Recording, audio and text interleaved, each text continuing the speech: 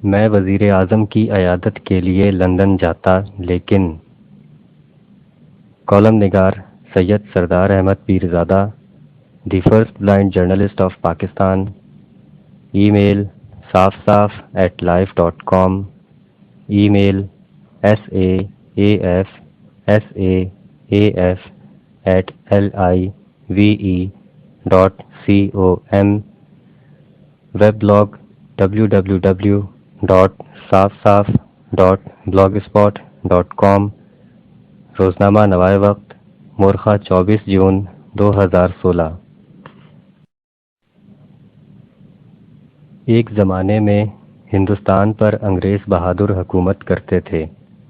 اس وقت یہ روایت عام تھی کہ جب بھی کوئی تہوار ہوتا یا انگریز حاکم بیمار ہوتا تو مقامی نواب، اونچی پگڑیوں والے سفید پوش جاگیردار اور بڑے بڑے بنیے اس علاقے کے انگریز بہادر کمشنر کو مبارکباد دینے یا عیادت کرنے اس کے گھر جاتے۔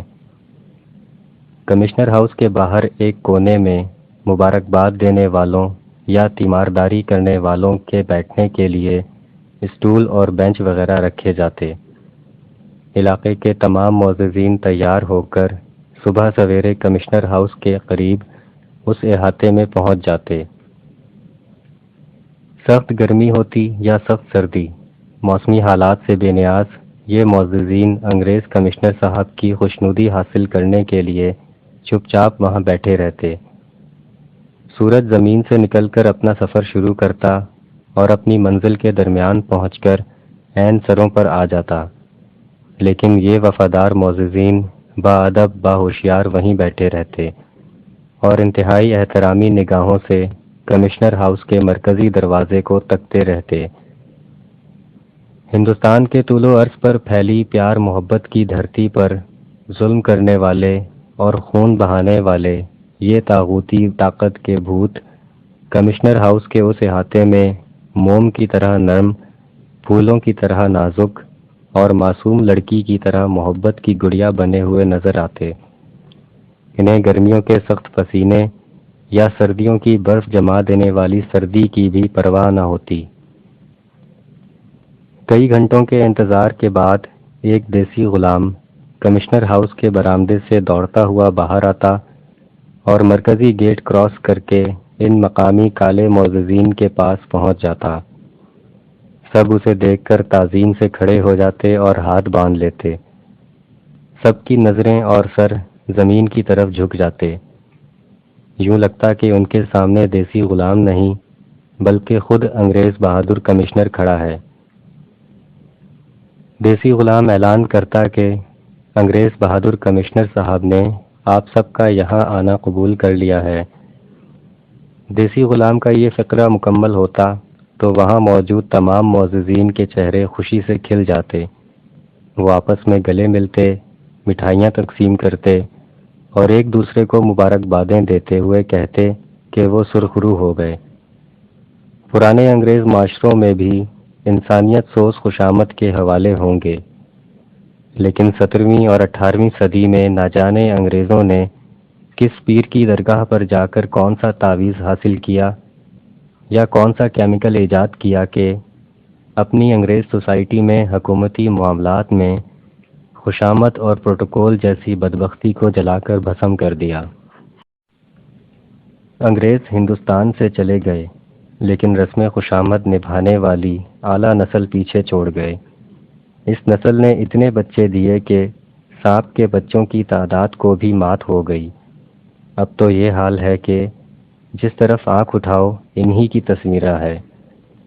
ان دنوں نواز شریف صاحب اپنے علاج کے لیے لندن میں ہیں۔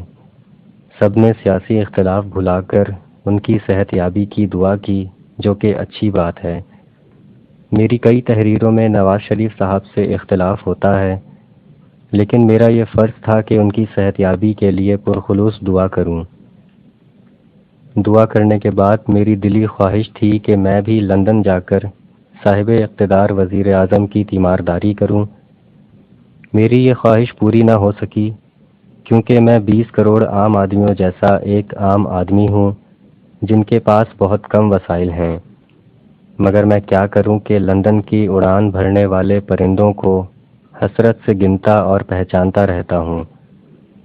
ان میں سے بیشتر پرندے وہ ہیں جو سردی اور گرمی میں اپنے ریجن بدل لیتے ہیں۔ وزیر اعظم بہادر صاحب کی تیمارداری کے لیے بہت سے پردہ نشین لندن ہسپتال گئے۔ ان میں سے صرف چند کو مریض وزیر اعظم بہادر صاحب تک رسائی ملی، باقی بلڈنگ کے باہر احاطے میں ہی کھڑے ہو کر حاضری رجسٹر پر دستخط کر کے آ گئے۔ مکھن کی راہوں پر چلنے والے ان ناموں کو پردے میں ہی رہنے دیا جائے تو بہتر ہوگا، کیونکہ پردہ جو اٹھ گیا تو بھید کھل جائے گا۔ البتہ اس آمد و رفت سے پاکستان کے عام آدمی کو وزیر اعظم صاحب کے روزمرہ معمولات کی خبریں ملتی رہیں، مثلاً یہ کہ آئی سی یو کے بعد کمرے میں شفٹ ہوئے تو گھر سے آئے مرغی کے شوربے اور بینگن کے سالن کھائے، مثلاً یہ کہ پاکستان سے گئے کچھ تیمارداروں کو حسین نواز نے افطار ڈنر دیا، جس میں ایک سینئر صحافی حسب عادت اپنی گفتگو میں پھلجھڑیاں چھوڑتے رہے، حالانکہ ان کو اپنی عمر کے اس آخری حصے میں جگت بازی کی بجائے جنرل یحییٰ کی شان میں مومن ہے تو بے تیغ بھی لڑتا ہے سپاہی جیسے لکھے گئے قصیدوں پر افسوس کرنا چاہیے۔ کسی بیمار کی مزاج پرسی کرنا اچھا عمل ہے، لیکن پاکستان کا ایک عام آدمی سوچتا ہے کہ یہ اچھا عمل صرف وزیر اعظم کے لیے ہی کیوں کیا گیا۔ ان میں سے کتنے ہیں جو عبدالستار ایدھی جیسے عظیم انسان کی عیادت کے لیے گئے ہوں؟ کیا اب بھی خود وزیر اعظم فون پر ایدھی صاحب کی خیریت نہیں پوچھ سکتے؟ کاروباری وزیر اعظم جمع تفریق کرتے تو پتہ چلتا کہ لندن جا کر عیادت کرنے والوں نے جہاز کے ٹکٹ اور چند دنوں کی رہائش وغیرہ پر ذاتی کثیر رقم خرچ کی۔ اگر حکومتی معاملات ای میل، ویڈیو کانفرنس اور اسکائپ وغیرہ پر لندن سے چلائے جا سکتے ہیں تو تیمارداری کے لیے انفارمیشن ٹیکنالوجی سے فائدہ کیوں نہیں اٹھایا جا سکتا؟